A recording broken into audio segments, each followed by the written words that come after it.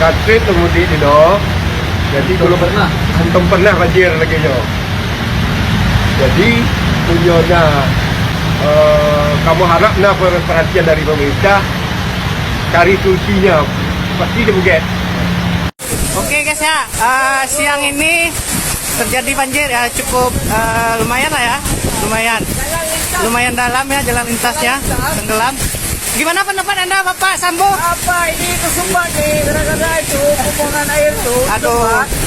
Jadi kedepannya gimana solusinya Pak Sambo? Harus dikerok lah. Aduh, ya gitu guys ya menurut Bapak Sambo ya. Terima kasih ya.